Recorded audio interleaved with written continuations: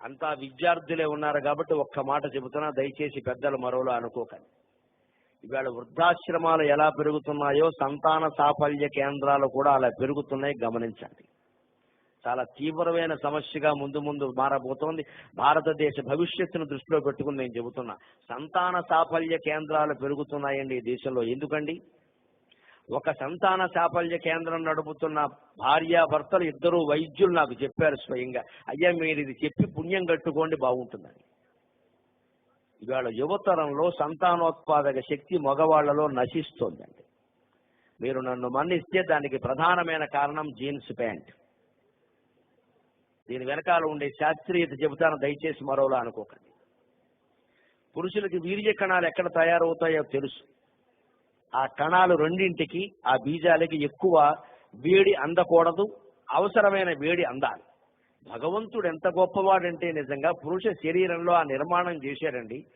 జ్వరం వచ్చినప్పుడు ఎప్పుడైనా పురుషులు పరిశీలించుకోండి, ఖచ్చితంగా 2 బీజాలు కిందికి వచ్చేస్తాయండి. ఎందుకంటే ఆ 104 డిగ్రీల వేడికి తట్టుకోలేవు. లోపల సంతానాన్ని ఉత్పత్తి చేసే బీజ కణాలు చచ్చిపోతాయి. ఆ వేడికి తట్టుకోలేక సహజంగా కిందికి వచ్చేస్తాయి. మళ్ళీ చలిసింది అనుకోండి, ఈ చలికాలం కాస్త చలి ఎక్కువగా ఉందనుకోండి, అప్రయత్నంగా 2 పైకి వెళ్ళిపోయి బిగుసుకుపోతాయండి. అంటే వేడి కావాలి. వేడి వచ్చినప్పుడు కిందికి దిగడానికి, వేడి అందుకుందుకు పైకి ఎదగడానికి సహజమైన ఏర్పాటు మానవ శరీరంలోనూ చేసి సృష్టి నిర్మాణానికి కల్పన చేసిన భగవంతుడికి ఎన్ని వేల నమస్కారాలు చేయాలి మనం. ఇవాళ జీన్స్ ప్యాంట్ కారణంగా, లోపల కడ్రాయర్ కారణంగా బిగించేస్తున్నారు. అయిపోయింది, ఇంకా సంతానం కలిగే అవకాశం లేదు. నన్ను మన్నించండి.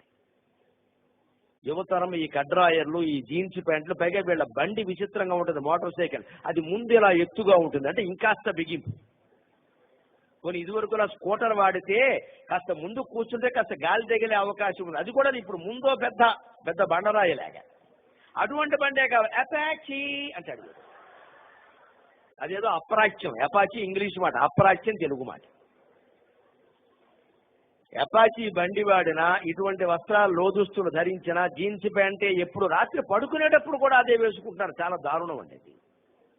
పడుకునేటప్పుడు ఖచ్చితంగా గాలి తగిలే విధంగా లుంగీ కట్టుకోవాలి. పైగా వీళ్ళని చూసి ఆడపిల్లలు నేర్చుకున్నారు, వీళ్ళు బంగారంగా, వాళ్ళు జీన్సే. వాళ్ళకి గర్భధారణ కష్టమైపోతుందమ్మా ఈ నొక్కేయడం కారణంగా. వీళ్ళకి అసలు సంతానోత్పత్తి కణాలే నశిస్తున్నాయి. సంతాన సాఫల్య కేంద్రం డాక్టర్లు భార్యాభర్తలు ఇద్దరు నాకు చెప్పి, అయ్యా మీరు సామాజికమైన విషయాలతో వ్యాఖ్యానం చేస్తారు, మరెవరికైనా చెబితే ఇలాంటివన్నీ సభలో ఎందుకండి అంటారండి, మీరైతే చెప్తారు, మీకు సమాజం మీద ప్రేమ ఉందో చెప్పండి అంటే, నా పని అదమ్మా, నేను చెబుతానని చెప్పాను. నేను ఖచ్చితంగా ఇది ఆలోచన చేయండి. క్షేమం కోరి చెబుతున్నాను ఖచ్చితంగా. నేను 2 పిల్లల తండ్రిని.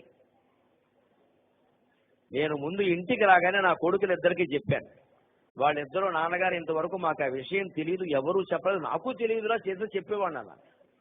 అందులో ఒక కొడుకు వెంటనే జీన్స్ మానేస్తానని చెప్పాడు. రెండో వాడు కొంచెం టైం అడిగాడు.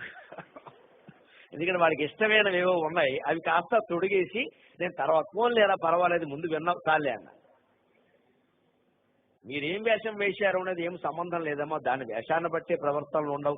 ఏ వేషం వేసినా బాగానే ఉంటారు, ఎంత మంచి వేషం వేసినా బాగా ఉంటారని ఏం చెప్పలేం, దాన్ని బట్టి ఉండదు. కానీ శారీరకంగా జరుగుతున్న నష్టం చెబుతున్న ఈ యువతను. పైగా మీరంతా తర్వాత సాఫ్ట్వేర్ ఉద్యోగాల్లో చేరుతున్నారు సుమారుగా, కాల్ సెంటర్లో కానీ ఇంకో చోట.